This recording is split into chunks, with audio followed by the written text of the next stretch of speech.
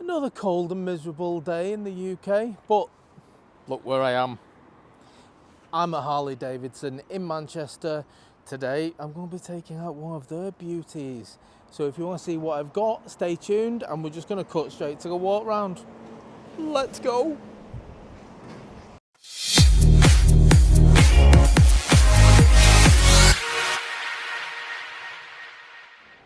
Here we are. This is the Harley Davidson. It's the Lowrider ST. What do we think? Kind of like it is my initial impressions, and I'll explain a bit more when we do the test ride as well. But there's loads of things to like on this bike. There's a few things that I'm kind of on the fence on, and then there's a couple of things I just don't like, so I'm going to share it all with you. Let's have a look around the bike the usual way. Now this has had a couple of mods, so excuse me if I miss anything off. So Harley Davidson in Manchester, they've got quite a nice selection of demonstrator bikes that you can go out and try, and this was what I chose to go on today. Now I believe it's had a couple of changes, one of which being the exhaust. Yeah, I'm not going to try and pronounce that, but I'll let you listen to it shortly. It sounds awesome. One of the things you'll notice is the bags.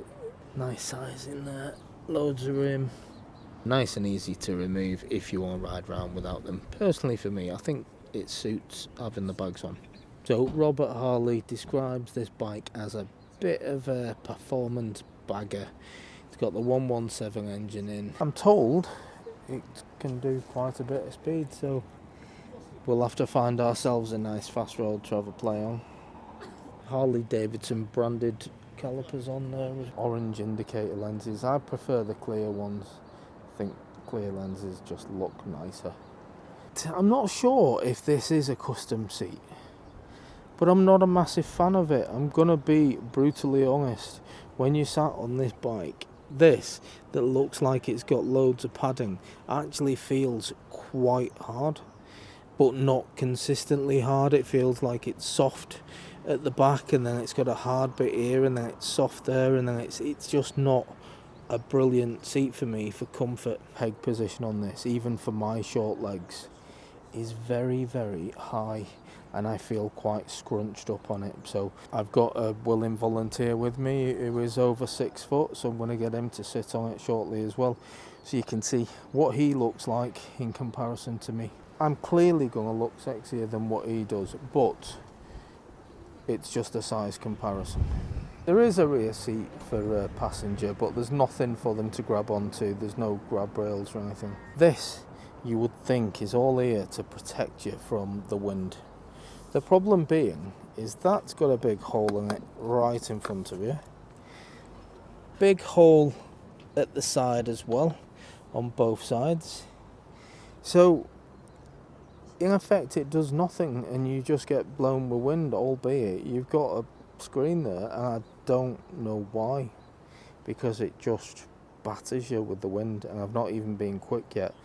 So I might have to give it a little blast down the motorway just to see what it's like doing that.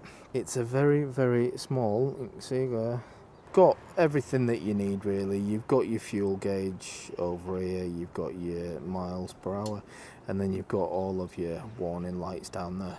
It's got trip computer, and you've got your fuel range as well, which I think is quite good. Buttons very similar to my own 883.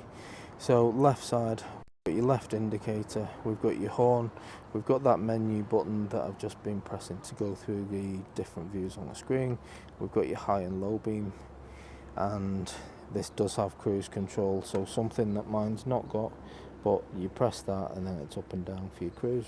And on the right hand side we've got your right indicator, we've got your on and off switch in effect, because this is keyless, so you've got to have the key with you, press that, everything comes to life. And then we've got your hazards, and then we've got your engine start, which will only work once you switch the bike on. As far as seating position goes, I'm 5'8". I'm flat-footed both sides. It's a really short bike, hence the name Lowrider. I'll show you why I feel a bit scrunched on it, and I really do, because even with my short legs, once I've got my feet up, I do feel like I'm in a bit of the fetal position. It's not ideal for me. The only good thing with Harley is you can customise everything. For me personally, I would want them either that low, because I'd feel more comfortable with them, or maybe even a little bit further forward. I just don't find it particularly comfortable in the current setup that it's in. But we'll cut to the big lad himself. Let's see how he feels while he's sat on it. Again, he is 12'5", so we'll sit him on it and we'll see how big he is. Cut to that. It's comfortable, the riding position, but I think the pegs for me and my height and my build are, my legs feel too high, so I don't feel comfortable, I don't feel as relaxed, feel a bit more scrunched up. I think it needs moving forward a few inches. That's the walk round done. Let's go for a test ride, see what it's like on the move. Try and go on a couple of different types of roads so we can see fast speeds, slow speeds. Let me know in the comments below what you think of it, and don't forget, facts and figures, usual for me, I'll pop them on at the end, so if you're interested in all of that stuff, just make sure you stay to the end. I thank you. So looks wise on this, I really like it, but the pegs are quite high up, so I don't feel like I've got the nice cruiser position that I would have expected. It's not uncomfortable, it's just different getting used to it. My arms are pretty much fully outstretched. Again, it's not too far away, but if you are smaller, you might feel a little bit stretched. Now that display, that is very dull. Very, very dull. I can see it, but just about. It's not very obvious for you. So if you've got bad eyes, you've got no chance with that. They are quite big, heavy lumps to be chucking about. And the clutch on this, the clutch handle is very, very, let's say, it's not stiff. Stiff's the wrong word, but you do feel yourself straining after about 25 gear changes. So around town it wouldn't be perfect. The only good thing is everybody will hear you around town because it's bloody loud.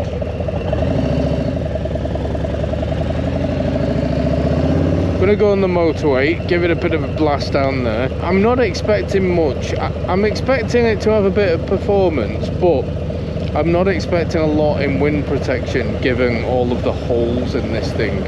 I'm expecting to be riding like it's a naked bike, but we'll see.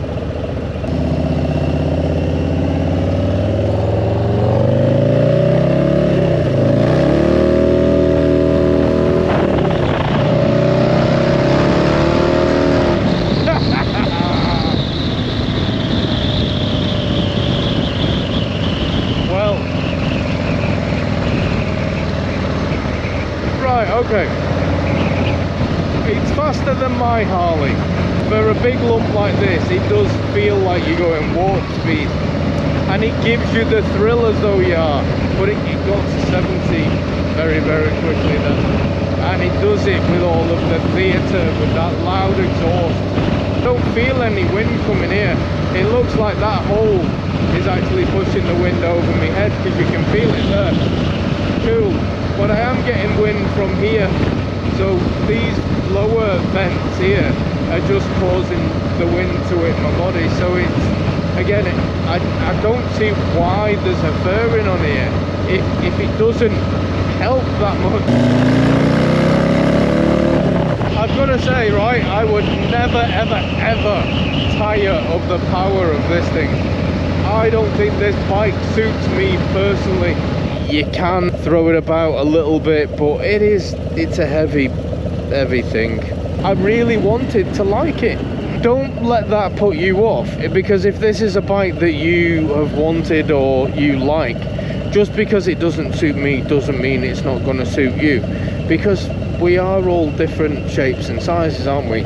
Me personally, I'm finding that I'm stretching a little bit for the bars. Everything seems a little bit off, and I do think, whilst I do love that you can buy a Harley Davidson and you can change it to make it your own, I also think that if you jump on a bike and it doesn't feel right for you, why should you pay 20+ thousand pounds and then spend more money making it fit you? That for me is just, it's not right.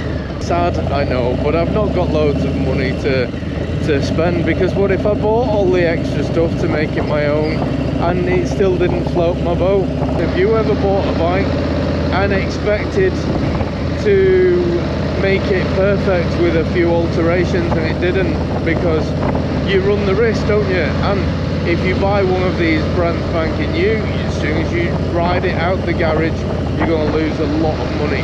I just don't think you should run the risk of buying a bike knowing that it's not perfect for you, with the expectation that you can make it perfect for you, because you might not. I absolutely love the performance of it. This is probably the best performing cruiser that I think I've ever been on. I don't like the seat on this. I find it to be not particularly comfortable, and I don't like the fact that I am way higher than the tank that's all the way down here. It just feels weird. And I'm also finding my left leg is resting against the engine casing, and I can feel the warmth coming through my jeans to the point of it's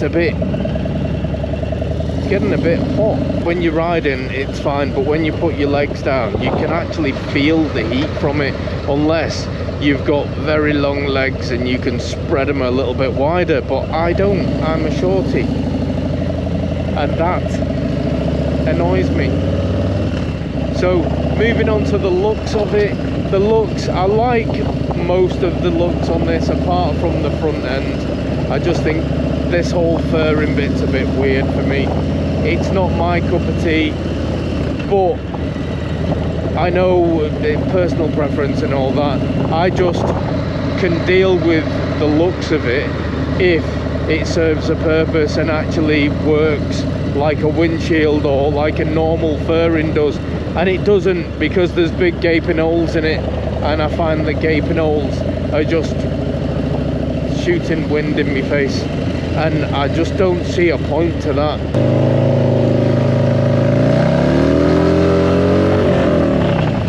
I will never ever tire of that power though. As I was saying, it's a nice bike, but it's just not to my taste. And I don't want to repeat myself, but if you are a different shape and size to me, you may think this bike is awesome in every single way. Performance wise, I can't complain. I am going to take it back to Harley Davidson now. You can see the Harley Davidson badge right there. I can go in and drool over the Harleys in there that float my boat, which is, to be fair, they all look alright, don't they? Some of them look better than others, but generally they're all pretty impressive beasts. See you later. Goodbye.